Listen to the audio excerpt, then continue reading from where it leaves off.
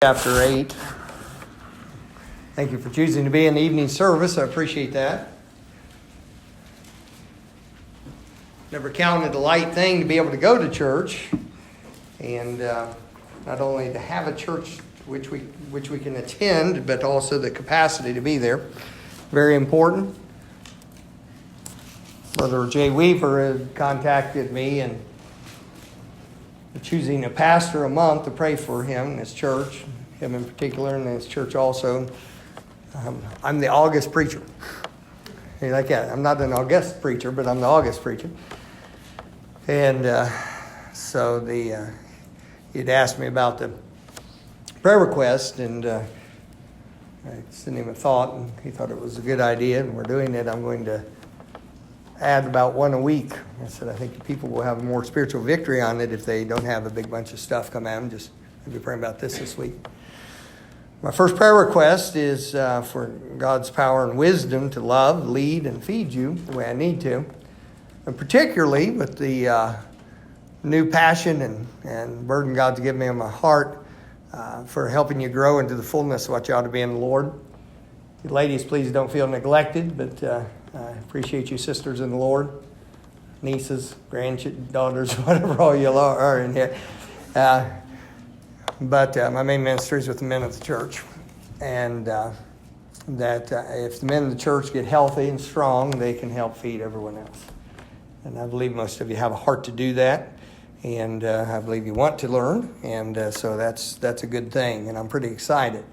You know, almost 39 and a half years of ministry experience, we can have something to build on and get going. And I'm very excited about things with it. And so anyway, with that said, look in John chapter 8. I want to give you a thought this evening. It's more like a thought. You came looking for a red hot sermon. That's not really the direction I'm going tonight. And unless you just tick me off while I'm talking, then I'll get angry up here. But it is. I want to give you a thought. It'll be very helpful for you this evening. And look in John chapter 8 in verse 31, and look what it says there. It says, "Then said Jesus to those Jews which believed on him, if you continue in my word, then are you my disciples indeed." He didn't say, then are you saved. He said, then are you my disciples indeed. You are learners of me.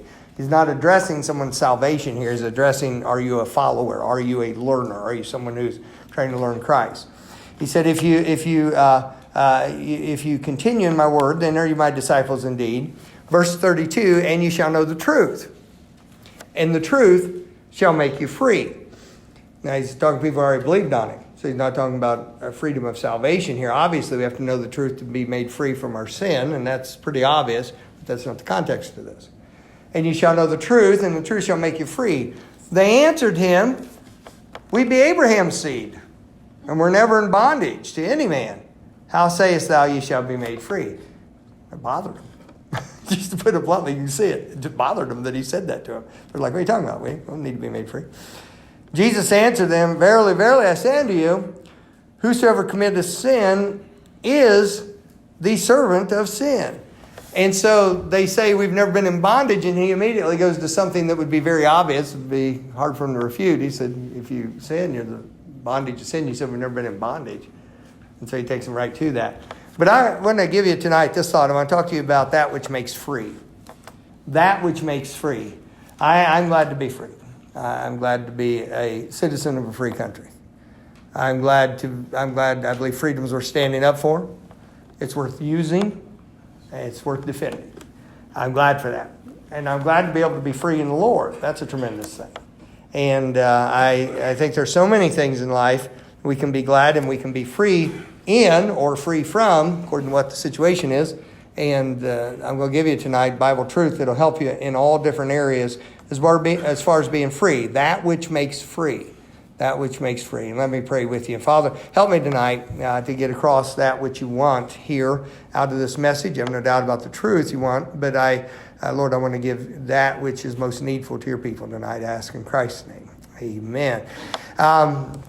Give you a couple of thoughts going in and then some verses here. First of all, I put this statement down. A desire for freedom beats in the heart of nearly every man, woman, boy, or girl.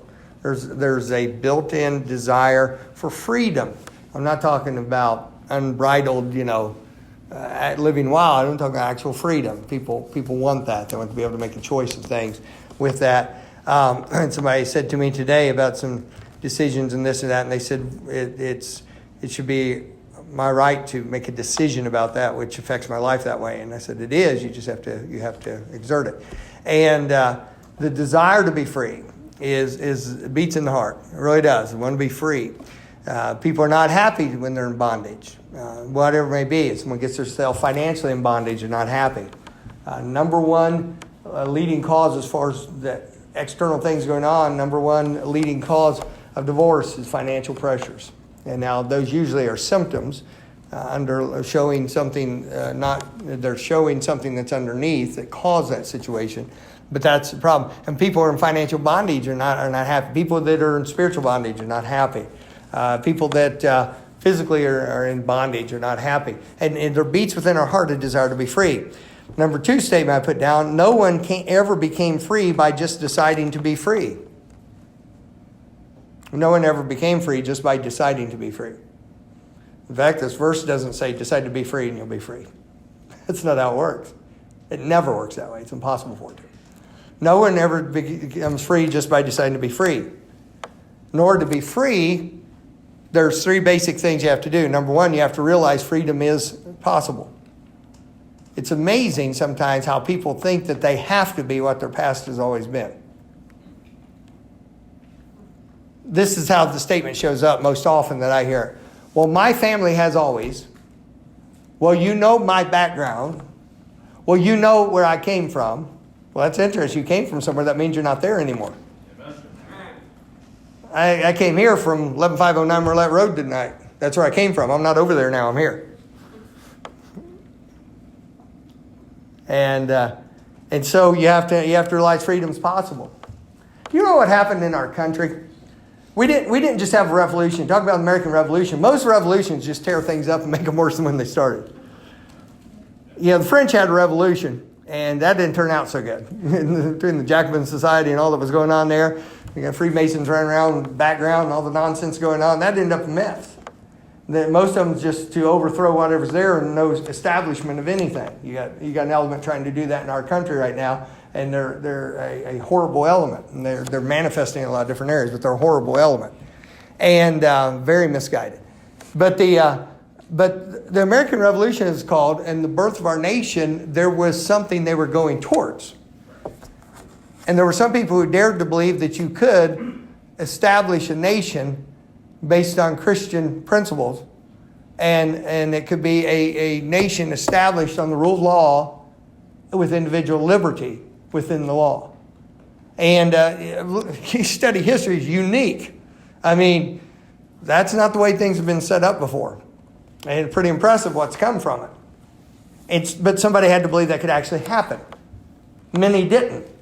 There were many in the colonies, and when they were first starting and the battles were beginning, even before you had official warfare going on, there were many that were Tories. These were people who believed very much that they ought to stay subservient to England, and many who just did not believe you could in any way have freedom. It was just impossible. This is the way it's always been. You can't do anything about it. You have to realize freedom's possible. I've met people who don't believe there's any way. They say, well, I'm always down. I've always been down. That's the way it'll always be. I'm always broke, always been broke. I've always been in financial bondage. That's the way it'll always be. I've always been, whatever. This way it is. And first thing you got to do is you have to understand freedom's possible. I'm not saying you have to understand how it works yet. I'm not even saying that you have to have a strong faith that it can be accomplished in life. You just have to realize it's possible. That's the first step. Nobody's ever free just because they decide to be free. Never. You don't just decide to. There's a process involved in it. Second of all, you have to decide that freedom is worth the cost of obtaining that freedom. Thought of these type of statements. Think about Patrick Henry's famous statement, which is part of a bigger speech and declaration, which is quite impressive. But he said, no, what course others may take, but as for me, give me liberty or give me what? Yes. And it meant that. He said, "Is freedom so? Was it freedom so price be purchased at the price of change?" In other words, like our sign was saying a while back, never trade freedom for safety, ever. And so you have to understand it can be had. Then second of all, you have to understand there's a price to be paid. The signers of the Declaration of Independence pledged their lives, their fortune, their sacred honor. Most of them suffered the loss of at least one, two of those things. Their sacred honor? No, because they stood true to what they're doing. But some lost lives, others lost their fortunes. Most did lose their fortunes over that. But they said there's something higher going on. So you have to realize freedom's possible, but you have to realize then that freedom is worth the cost of obtaining that freedom. You've got to put forth the effort. I've dealt with people who said, I'm just sick of this. I'm tired of this in my life. I want to change this in my life. And give the most simple steps. Here's how you begin. And they won't take the most simple steps. Well, you do not value what you say you value. Because if you won't put action to what you say you want to change, then all you're doing is jawing. You're just flapping your lips. You're not talking about really doing anything. Because until you take action with what you say you want to do, it means nothing. It has to be put into purpose and into play. Then, thirdly, I said, you find out and follow that which brings freedom. Find out what does that. Just go at it in a haphazard manner. If you take all these things, and the process of this is part of a bigger picture, which is called truth. None of these things, or even the combination of these things, is truth. It's part of it, but it doesn't encompass all that truth is. Jesus said it in a way that we could never in any way improve on. Of course, what he said there, you shall know the truth, and the truth shall make you free. He's talking to the Jews that believed on him, according to the text. He's not talking to them about getting saved, Brother Brian. His next statement is about discipleship, following the Lord, growing in the Lord. And then he says, if you want to really be free, he says, you got to know the truth. You say, wait a minute, they're already saved. Oh yeah, but they've got a lot to learn about it. And they've got to find out how that truth can cause them to be free in serving the Lord. And free in their lives with that. Give you some of these things with this. I am going to use a term in the message here, so I'll tell you what it means. That'd be handy, huh? What I mean by it, I call not living according to truth, I call it fictional living. People build these scenarios about themselves, their situations, things around them that are totally fictitious, have nothing to do with reality. And they want to park their brain right there in that. That's bondage. What I'm talking about today is real living. How you conduct yourself. What you're doing. What affects your family. What affects your life. What affects your health. What affects what you're going to do with yourself. And not fictional living. Not, if a few things change, that's fictional living.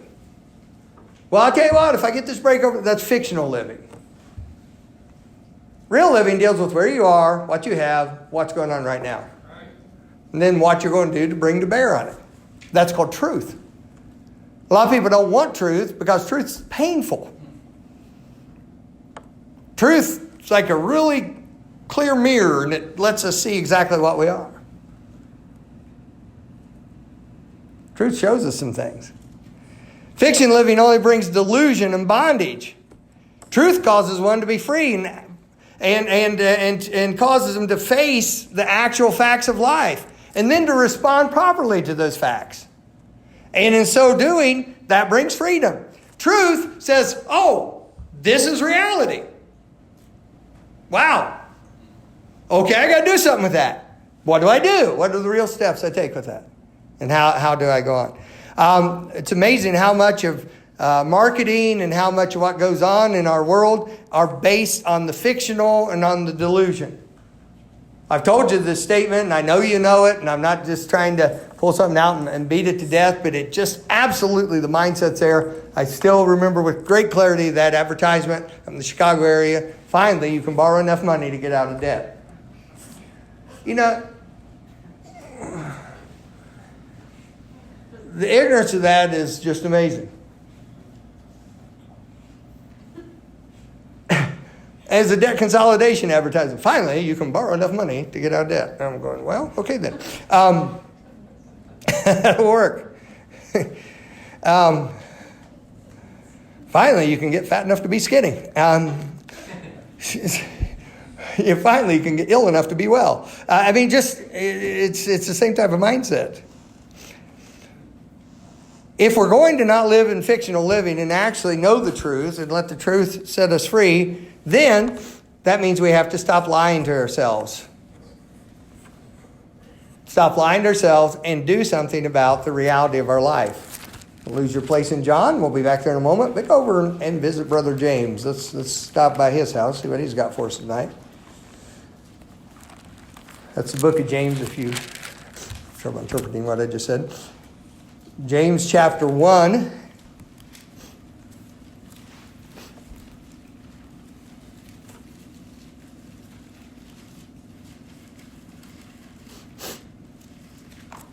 Look, if you would please, down to verse 22. Talking about tonight, truth. What makes free? Truth makes free. As long as you lie to yourself, you'll never be free. Verse 22. But be ye what of the word? Doers. Oh, that means you learn it and you put it in action. And not hearers only, because if you do that, you are deceiving who? Your own selves. We're good at deceiving ourselves. It shows up in language. It's funny when you hear somebody talking to people, when people are describing their faults or they're coming even admitting they have something wrong, admitting something needs cared for, how they understate that. You know, I've got a problem. It doesn't go on all the time, and it's not like it's major, but I'd like to take care of it. That's the common way that goes. If they're talking about the same actions or same symptoms in somebody else, tell you what, they really have a problem, isn't it? Why? Because deceiving self. Listen to me. I almost entitled the sermon that will not be heard. And there's a reason for that. That's not a pessimistic statement or a slam towards y'all. Just there were scriptures why this type of truth is not heard very often. And I thought, well, it's supposed to be preached. But truth. Truth deals with realities and what we're actually dealing with, and doesn't we don't lie to ourselves about things. Stop lying and didn't do something about it. If I were to change something in my life that can be changed and should be changed, then I have to take responsibility and do something about it. So that could be hard. Truth is.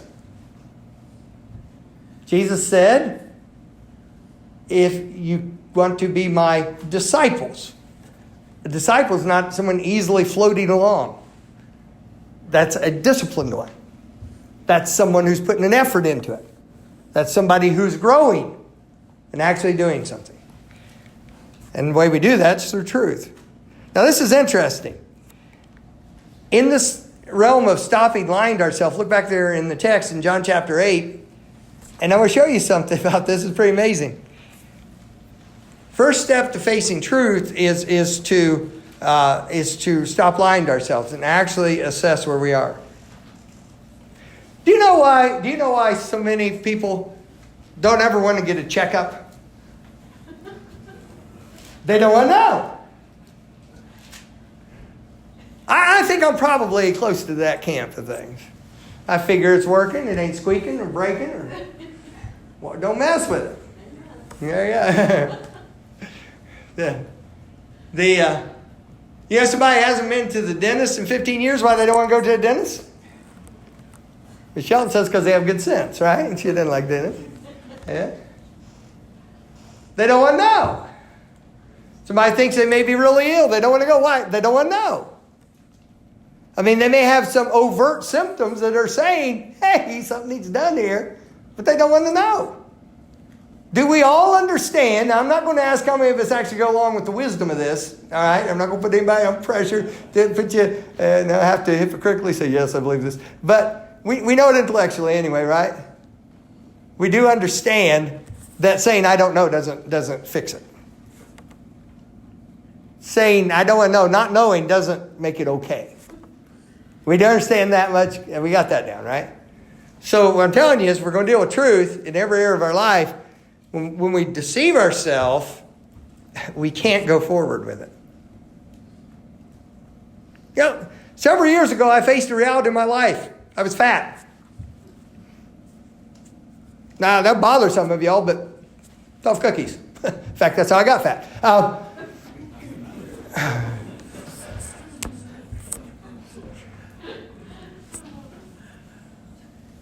And I would make a statement like, I don't really eat that much. Didn't I? Look at me, Smugly. It's my new name. He's no longer Luke. He's Smugly. He's Smugly. She thinks he's Snuggly. I think he's Smugly. One night I'm checking it out, Brother Keith. I'm getting ready to go to bed. I worked hard that day. I'm hungry, right? I don't have good sleeping time without my midnight snack, which happened to be 2 peanut butter sandwiches, 2 glasses of milk, and assorted munchies that I found in the refrigerator. Some of you are saying, and what's wrong with that? 950 calories is what's wrong with that. Almost pure fat from the peanut butter. I can go on with all kinds of carbs from the bread I don't need while I'm going to bed. You know, I don't care if I'm having nightmares. I don't need that much energy going to bed. But at some point I looked and said, I've got a problem with the way I'm doing things. Now, I had a goal at that time. It turned out that goal had to be revised because I was still lying to myself, but not as severely. But here's the reality. You ready for this? And forgive me for this. You say, I don't like that. You mentioned weight. Get over it. I mentioned it when I weighed that. I've always done this. Because what's not good is not good. And I would find myself at times eating past my hunger point. By definition, that's gluttony, which is lack of control of the flesh, which shows up in very bad light in the Scripture. I mean, my flesh is in control, not me.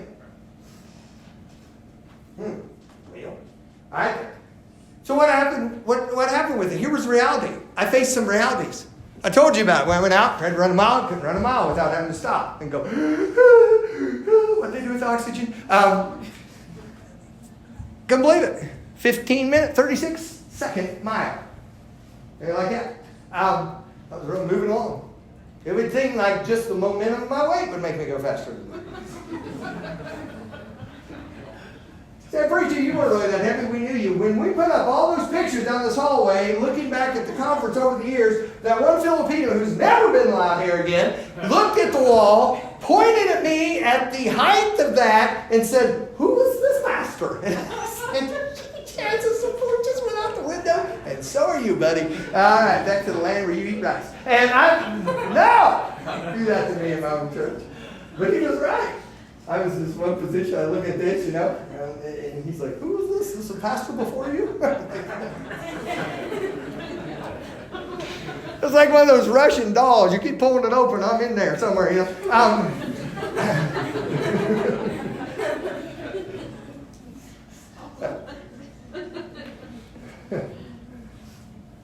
But what happened was I looked at the reality of it.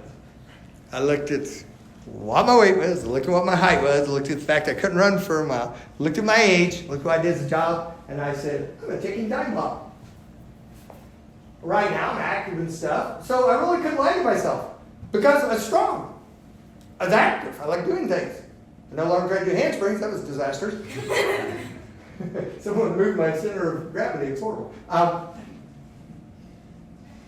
And really, honestly, I could keep a real strong pace at things. Could run. But if I didn't do something, that's been a good number of years back now. I dread to think, literally, if I had stayed on the course I was on, moved me 10 years later, and all the wear and tear that's been there, my bicycle accident would have killed me if I still weighed right down. It snapped my neck, broke my head open. Had been it, that much weight it hit. But honestly, I was almost 30 pounds lighter when I hit the pavement, so that's a good thing. But something had to be done. Why? Because I realized this was important. Now, some of you, that's all you're going to hear with this. I want you to get the bigger truth of this. The truth was, I had to quit lying to myself. I literally was lying to myself. And what's bad, we even have mirrors in the house. Now, listen to me. When you're sucking it in before you look in the mirror, you're lying to yourself. No, really not in that bad shape. You're faking yourself out. I mean, when you see family members you haven't seen in a few years, you're walking around, you can't breathe the whole, how you doing? Hope this is over soon. You gotta let this loose. Hope it's not shoving out the back. It'll look like a camel.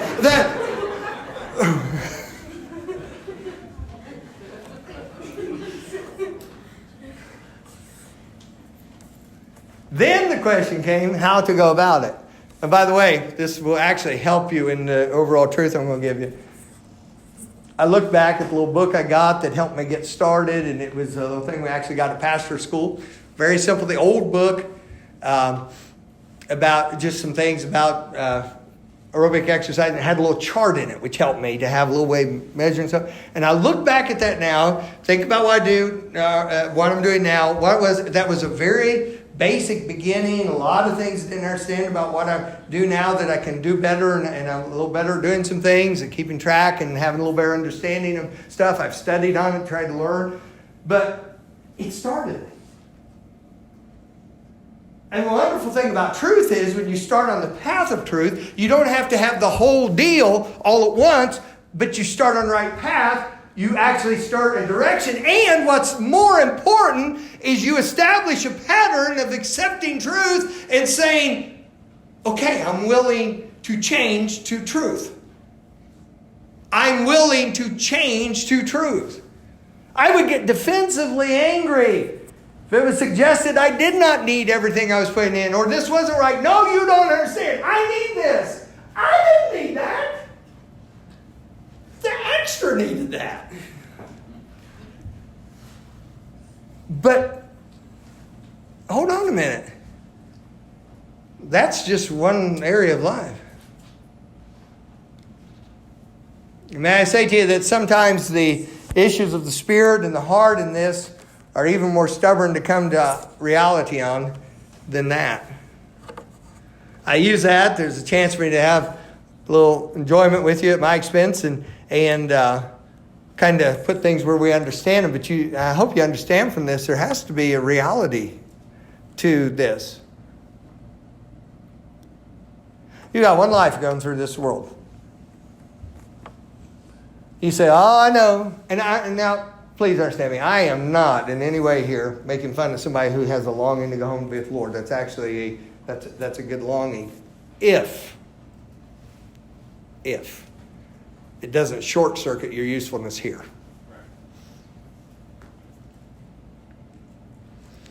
Somebody gets saved, may have 20, 30 more years of life, useful life, and if things go according to normal life, and they say, well, I'm just going to wait to go home with the Lord, and then they just let themselves deteriorate in every way. That is not honoring to God. We're supposed to be the right type of vessel, right type of person while we're here, the whole time we're here. And the fact that you're going home to glory doesn't give us a right to be sloppy with our lives while we're here. A reality, truths. And what is this? We have to face them. I mean, we have to face them. We need to face things as a church. Our church is not strong. I love our church, but we're not strong. We're not strong. We could be. We got some strengths, but we're not strong. We need more humility to be strong. We need more of an appetite for the Lord to be strong. We need more of a care for one another to be strong. We need to learn to have some Christian graces towards one another and look instinctively to try to help one another and love the body of Christ in order to be strong. I have indicators of our strengths. I have indicators, and I know, and I watch the state of the flock. There are indicators of areas that we must grow in. Say, that's reality. Preacher, that's kind of a strong statement. That's an accurate statement.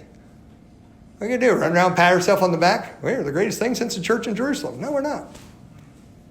But we've got a lot of potential. We've got some things going the right way. We've got a lot of things that are in the right place. We've got all kinds of opportunity here. Got a great base to work with here. So we got some great things. But we got to deal with the truth of them. We got to keep going forward. pretty straightforward.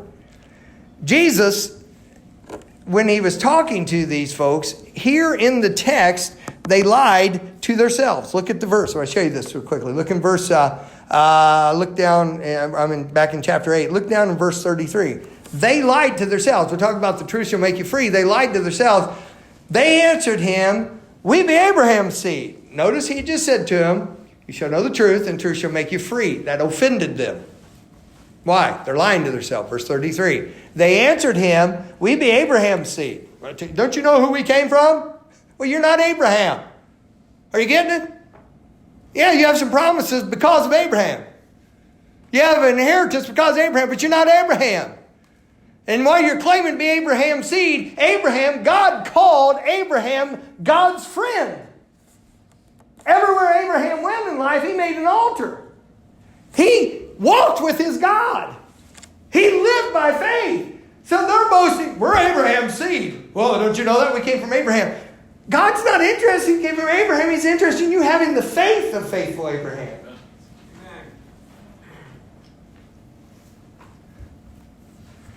There are very few things in life more obnoxious and also less successful than a son moving into a position overseeing a business that his dad built if that son thinks it's his right to have it.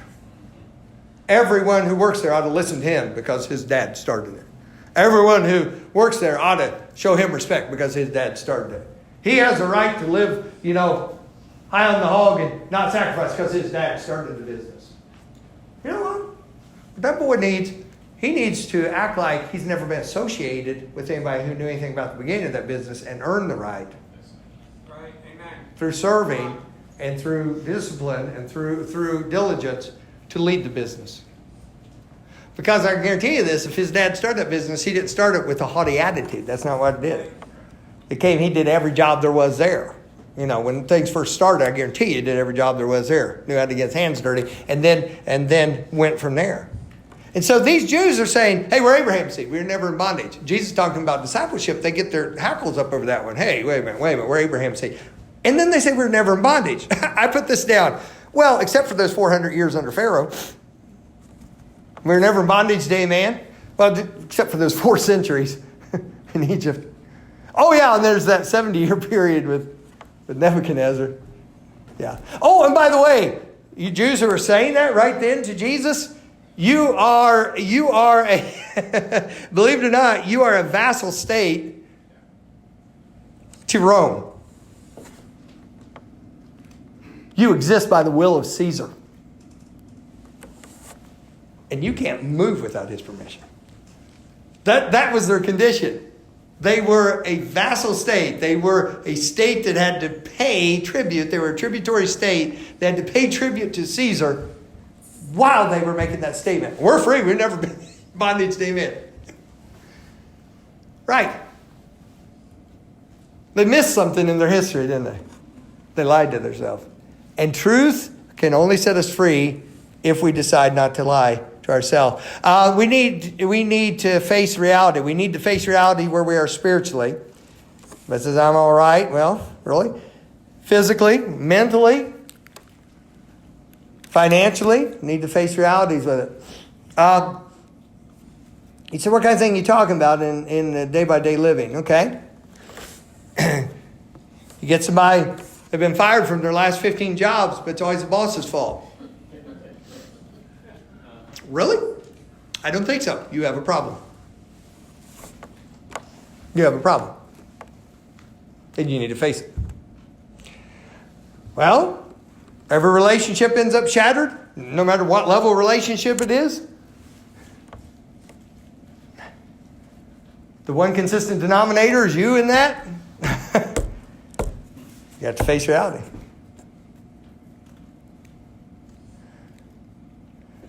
Look in 2 Timothy 2.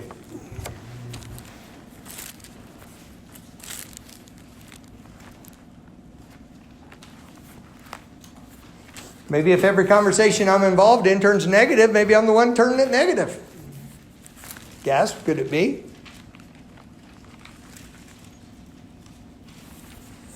I remember one fellow complained to me. He said, every church I go to, I end up getting whipped from the pulpit. And I'm like, I know you. You've been in several different types of churches. And they all end up doing that. Isn't it incredible what a run of bad luck that fellow had?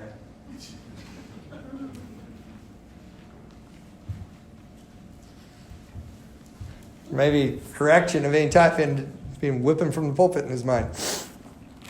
Or maybe he just needed whooped. 2 Timothy.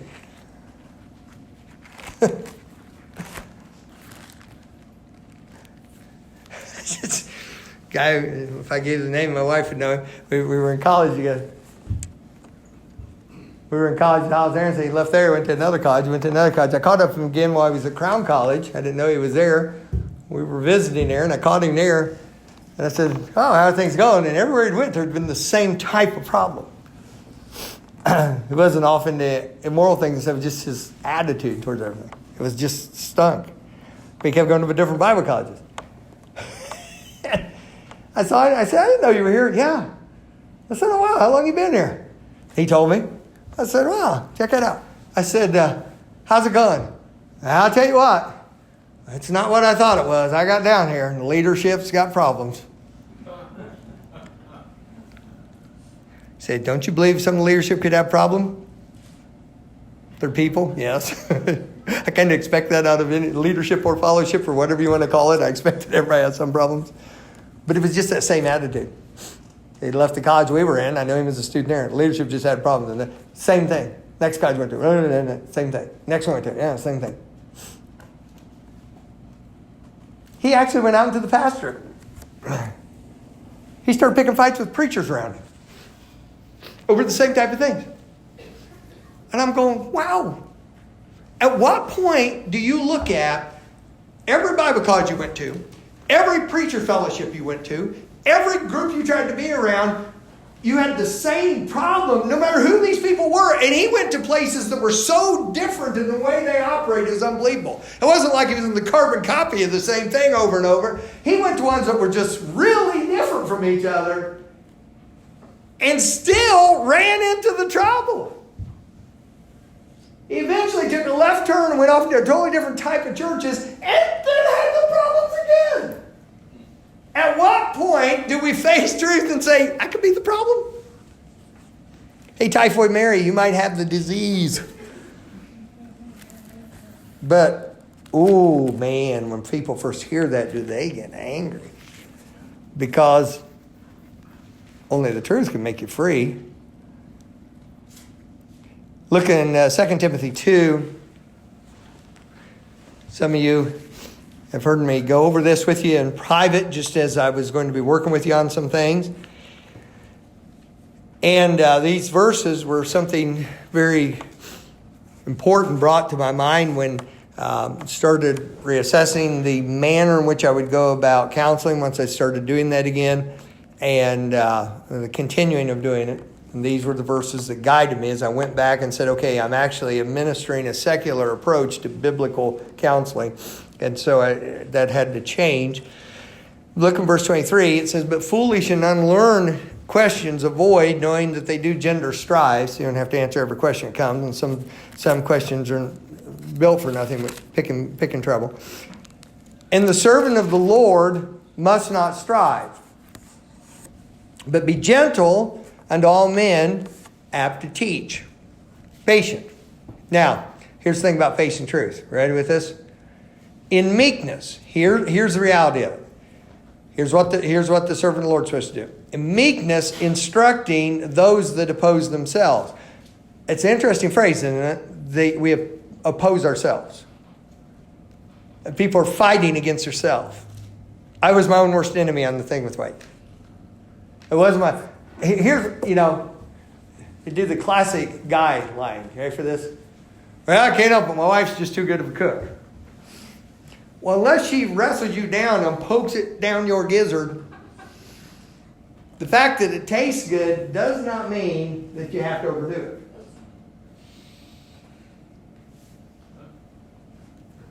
And the guys who have wives who aren't good cooks, they blame getting fat on the restaurant.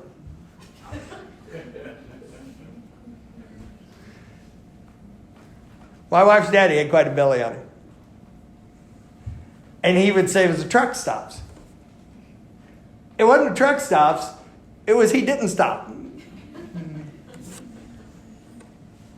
And we do all kinds of things with it. But we oppose ourselves. We are our own worst enemy on things.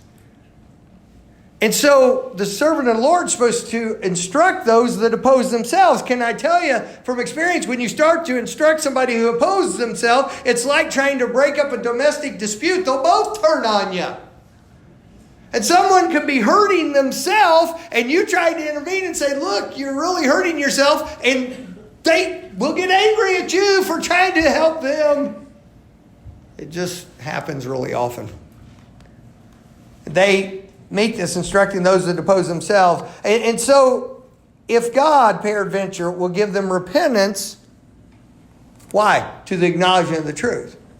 So what happens is the repentance is given to the acknowledgement of truth. They acknowledge the truth, the repentance is given to that. What ends up happening is they have to acknowledge truth. They are opposing themselves. Until they acknowledge truth, they will continually be their own worst problem. Way too many in this room have had loved ones who are strung on any type of addiction that you can think of.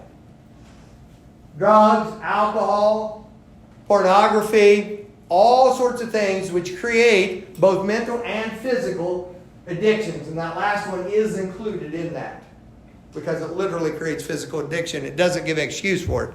But you have to understand to get victory, you have to understand what all you're fighting against.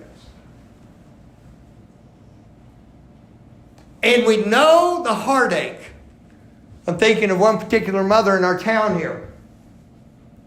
And some years back, I was trying to help her in a situation where in her family there was this addictive thing and just going back. And I remember over and over, she thought of her adult child and she said, maybe this time they'll stay out. Maybe this time. Maybe going to jail this time will change them. Maybe getting this happened. Maybe they'll change them. Maybe we'll change them. But nothing ever changed.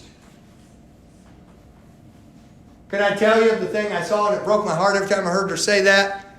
Because when I visited in jail, when I stopped in so many different situations and tried to deal with that person, all I heard was excuses why they were doing what they were doing. How the cops in this town had it for them. That's how they kept ending up in jail. Y'all are a mean bunch, man. I can't imagine you picking on somebody just because they're driving drunk, having wrecks, selling drugs. Poor. It's just oppressive.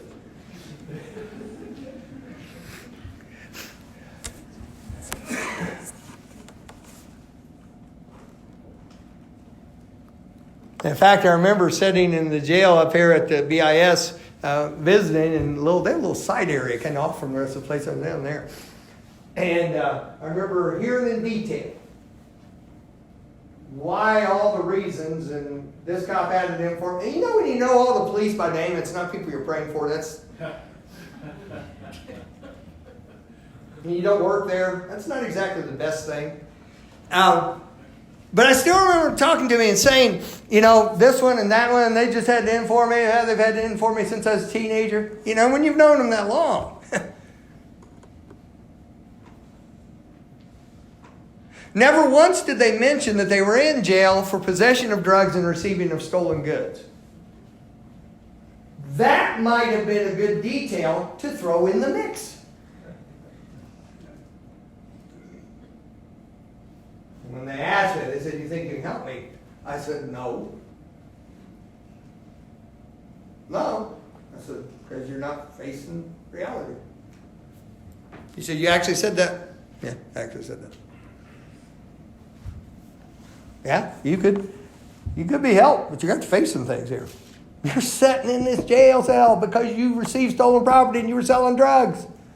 It's not because Officer so-and-so hasn't liked you since you were a teenager. In fact, Officer so-and-so probably sent you Christmas presents because you are job security."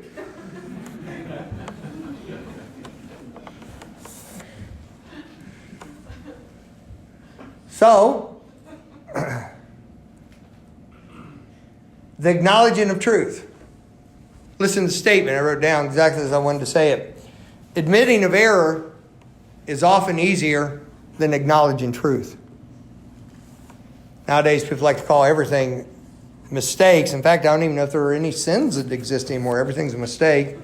Someone can commit adultery and it's a mistake. Someone can lie and it's a mistake. Someone can steal something and it's a mistake. I don't know where sin actually comes in. It's all mistakes, near as I can tell. But the acknowledging the truth, that's what's tough.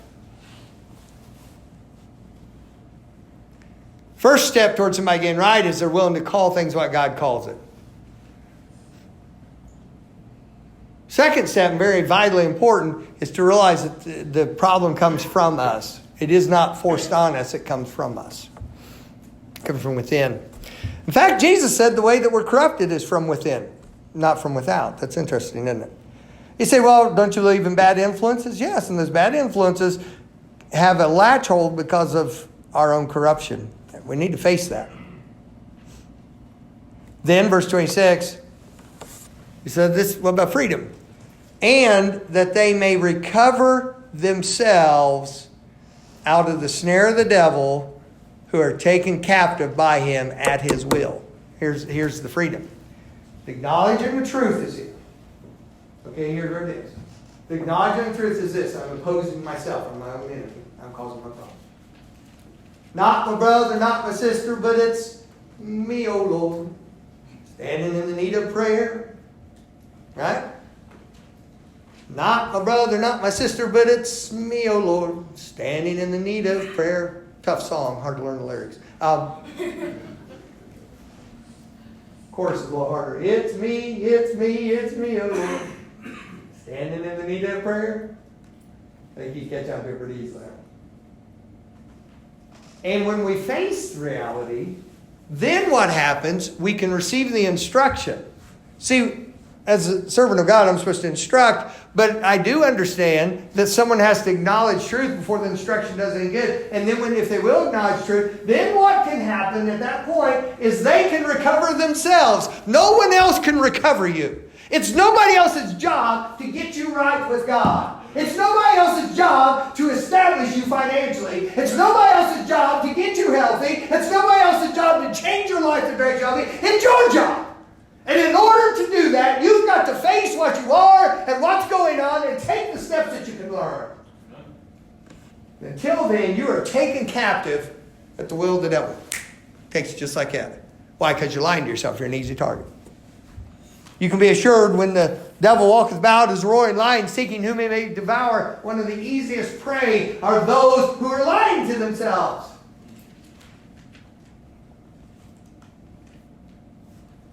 When I was a teenage boy, got in over at the Northside Chapel First Church of God. I'm glad that my preacher obeyed what he was supposed to do and preached the word clearly and tried to run the church well. I'm glad for other people who encouraged. But I'm going to tell you what, it was not Pastor Jeff Nichols' job for me to live right in Provo Shawnee High School and as a teenage boy. It was not my sister's job for me to live right. It was not my other Christian friends, Donnie Ross and others, that Mike and some of them that I knew. That was my job. Their job, the ones in the right area for this, was to instruct. It was my job to face truth and grow. I had instructors in Bible college, some of whom were very good men and very helpful. Had a few weirdos, but most of them were good. And they helped, but it wasn't their job for me to live right and go forward.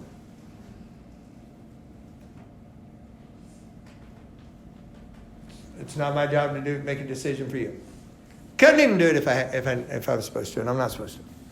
I'm meant to instruct, but it's your job. Know the truth. I'm talking about what makes for freedom. Do you want to be free? Well, then you're going to face truth. And face the truth and go forward with it. Let me give you this and we'll be done here.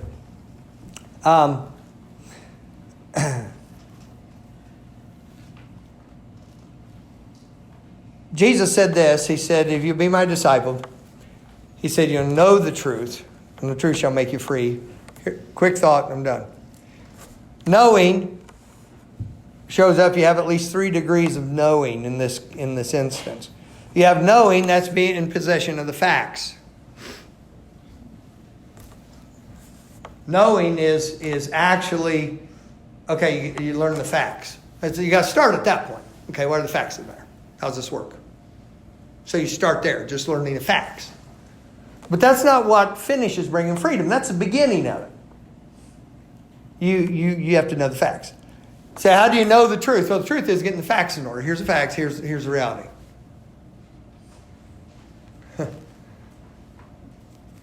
I used to get so upset at those weight things. You know, they put out for this weight, large frame man.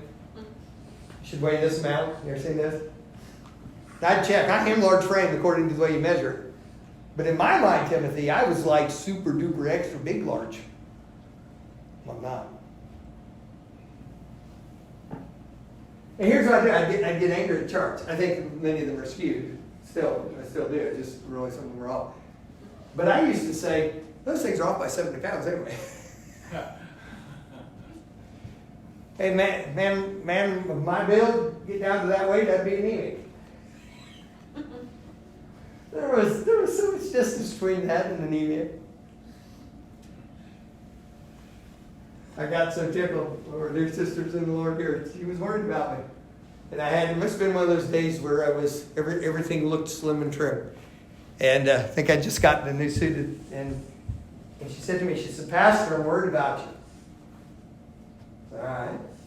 So why is that? She said, you're getting too skinny. I said, excuse me? She said, you're getting too skinny. I didn't quite hear you. I just had to say it over and over.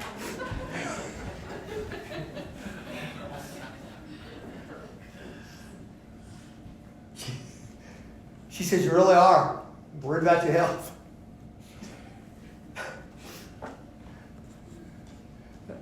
And I said, Sister Zelda, I said, I am 5'8".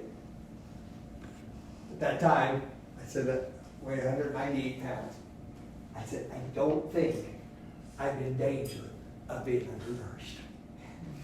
Because last time I checked, that's not skinny.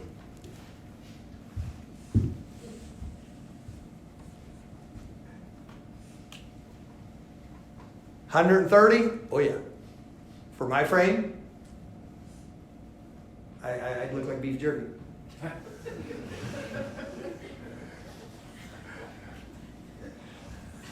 But I still have a long ways to go south of that. And you have to know the facts. What were the facts? The facts were things were messed up. I could give you other illustrations which wouldn't annoy you as much.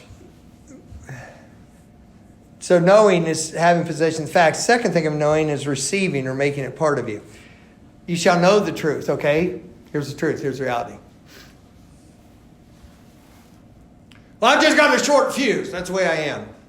No, you have a problem with the work of the flesh called anger and wrath. That's just the way I'm wired. You aren't wired. You're a human being.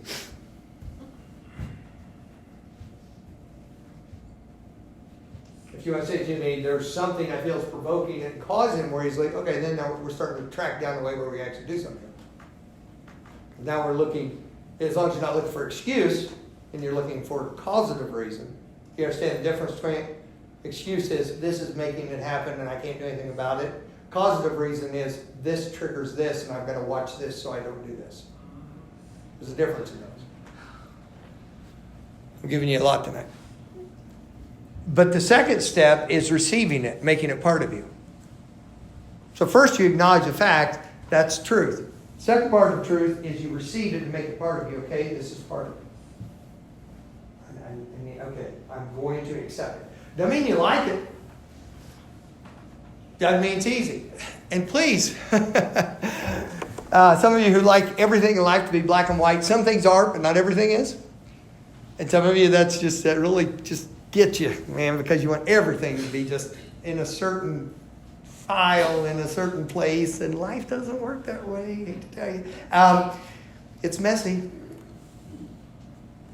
You don't have to have it all figured out at once.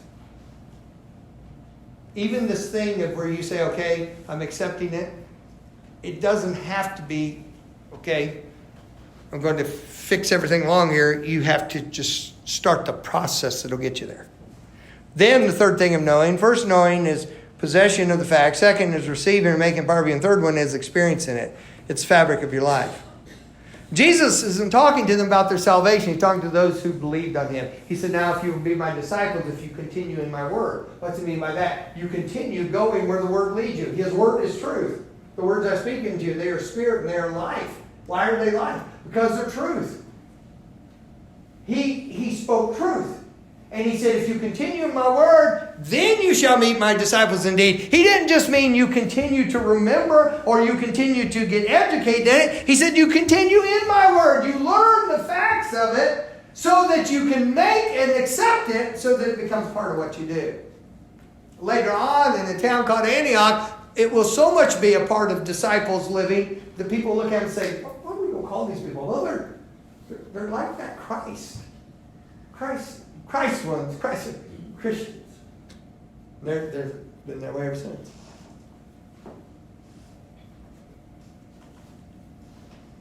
You've met people where you suspected they might be a believer and you get to talk to them, find out that they know the Lord. And you say, I thought so. Something about the way you did, something about the way you carried yourself, about the way you acted. Why? Because it became part of what they are. Do you want to be free? I can instruct you, and I do. I can never provide want to for you. I'll go deeper. I'm not supposed to. It's not my right. But if you want to be free, my friends, then truth is what makes you free.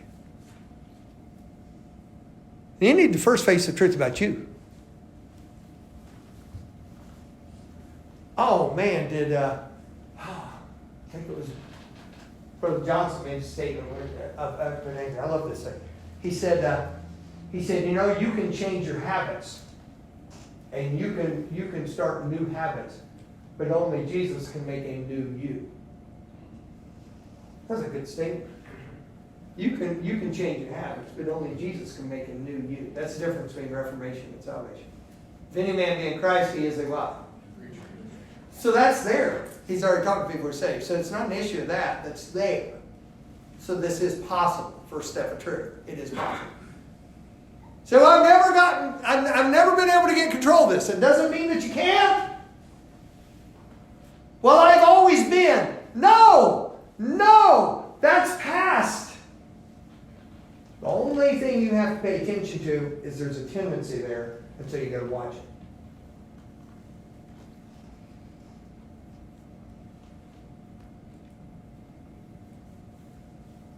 Eventually, I started running. Of course, I told you first, and then I took up cycling.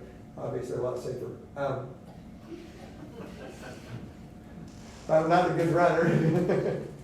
I'm not a good runner at all. And I got my minute under 7. I got my minute under 7 miles. No, I got my mile under 7 minutes. And by the way, bless your hearts. I love y'all. Some of y'all have been worried when I tangled my words. Listen to the preacher. I have always tangled my words. How many want to give testimony of that? Since day one, as a 27-year-old kid, I flip words when I should flop them. It's what I do. Now, you think I'm making mistakes? It's a clever speaking tool to keep your attention. Okay, nobody's believing. So don't lie in the pulpit, preacher. You get struck with lightning for that one. But I got my mile under 7 minutes before I realized that I hated it and I wasn't going to keep doing it and I'm not good at it anyway. And I was going to have to replace my kneecaps at some point. But I did not get there that next day. And I'll tell you, through the whole thing, it's been interesting, and I'll forget. I'll see somebody I haven't seen in years, and I'm like, wow, you look different. Thank you. How I do my hair. They'll say, what diet did you go on? I did. What? And they're always looking, what? I did. What do you mean? I changed the way I do things. You changed the way you do it. It's what I do now. It's not, I think that, I have to. No, it becomes part of me. You do that with truth in every area. And when you do that, then you